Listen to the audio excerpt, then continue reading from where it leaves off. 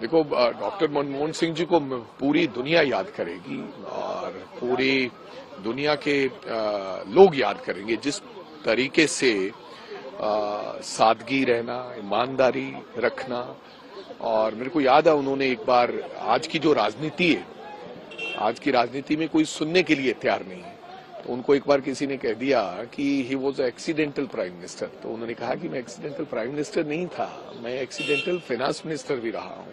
इतनी सादगी वाला व्यक्ति, और मैं समझता हूं कि पंजाब को इसका बहुत बड़ा घाटा हुआ है, हमें बहुत ज्यादा नुकसान हुआ है।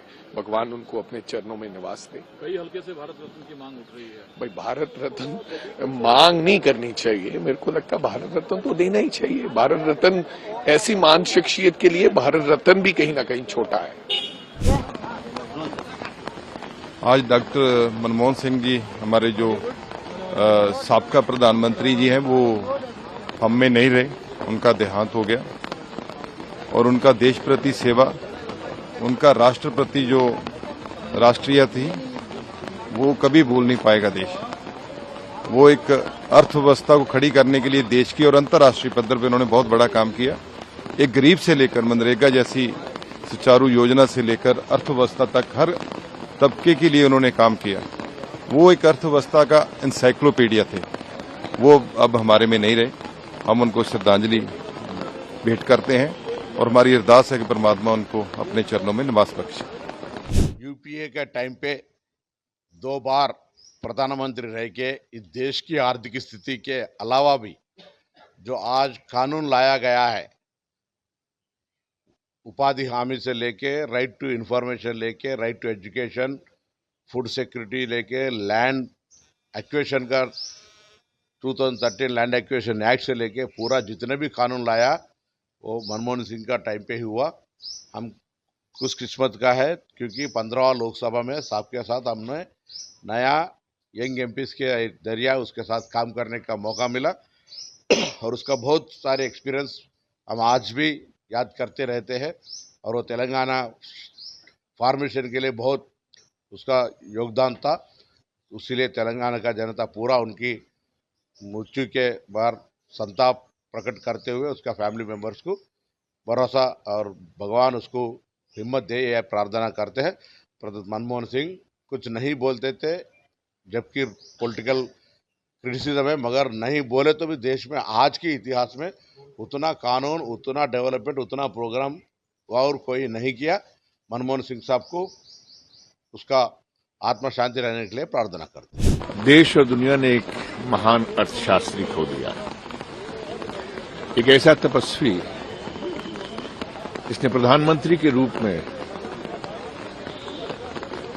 इस देश के और दुनिया के अंदर जो आम लोग हैं उनको मजबूत सुदृढ़ करने के लिए उन्होंने अपना जीवन लगाया।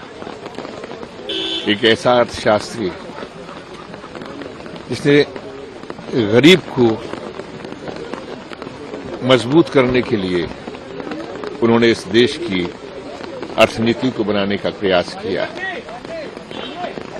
दुनिया में मंदी चल रही थी, लेकिन भारत देश को मंदी से बचाया।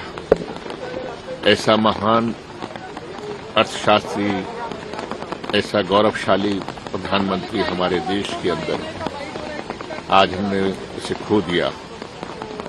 वो शब्द मुझे याद आ रहे हैं जब उन्होंने आखिरी प्रेस इंटरव्यू में कहा था, इतिहास मेरे किए के साथ में न्याय जरूर करेगा। और उनके वो सारे शब्द आज सार्थक सिद्ध हो रहे हैं। मेरी भावपूर्ण श्रद्धांजलि मैं आज उनको देने के लिए आया था। मेरे व्यक्तिगत बहुत ऐसे क्षण हैं जो उनके साथ में मेरी तमाम जिंदगी के लिए वो एक धरोहर के रूप में रहेंगे। जब तक मेरे रहूंगा तब तक मैं उनको संजो के रखूंगा और ऐसे महान व्यक्ति के सामने हमेशा अपना और ये देश का हर नागरिक बहुत प्यार से, श्रद्धा से सर झुकाएगा। आज पूरा देश रो रहा है। हमारे आईएएस और आईपीएस और सिविल सर्विसेज के ग्रुप में नौकर जो आईएएस और आईपीएस ऑफिसर थे, वो लोग जो है बोल रहे कि हमारे आंख में आंसू है। इतने जो ह्यूमिलिटी जो उनकी थी, इतने सादगी, और भारत के जो जितने भी गरीब से लेके अमीर लोग, अगर उन्होंने जो अर्थव्यवस्था की क्रांति उन्होंने जो लाया है, कांग्रेस पार्टी और देश के जो है महान बेटे थे। और हर एक आदमी से अगर पूछेगा तो उनकी सादगी, उनकी ईमानदारी, उनकी बहादुरी, आपने वो न्यूक्लियर डील में देखा था। तो देश को जो बदलने के लिए हम जितने भी जो है टिप टॉप दुकान शॉप्स मॉल्स देखते हैं, उसकी शुरुआत, उसकी नींव की जो है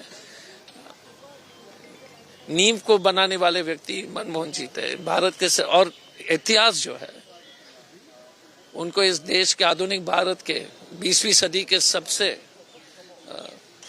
महत्वपूर्ण प्रधानमंत्री के रूप में देखेंगे। देखिए, हम सबके लिए, पूरे देश के लिए और पूरे विश्व के लिए एक बहुत बड़ी क्षति है, क्योंकि उनका जो रुतबा था वो राजनीति से हटकर था। और जिस तरीके से he was a world renowned economist, अर्थशास्त्र की फील्ड में उनका जो एक अलग नाम था, और जिस तरीके का उनका एक्सपीरियंस था, चाहे वो गवर्नर ऑफ रिजर्व बैंक रहते हुए उन्होंने जो योगदान देश की इकोनॉमी में दिया, जब वो देश के वित्त मंत्री थे और पीवी नरसिम्हा राव जी की सरकार में उन्होंने इकोनॉमिक लिबरलाइजेशन देश के अंदर लाई, और आज जो देश बहुत जल्दी जो है तीसरी बड़ी अर्थव्यवस्था पूरे देश दुनिया के अंदर बना है, उसमें डॉक्टर मनमोहन सिंह जी का एक बहुत बड़ा योगदान है।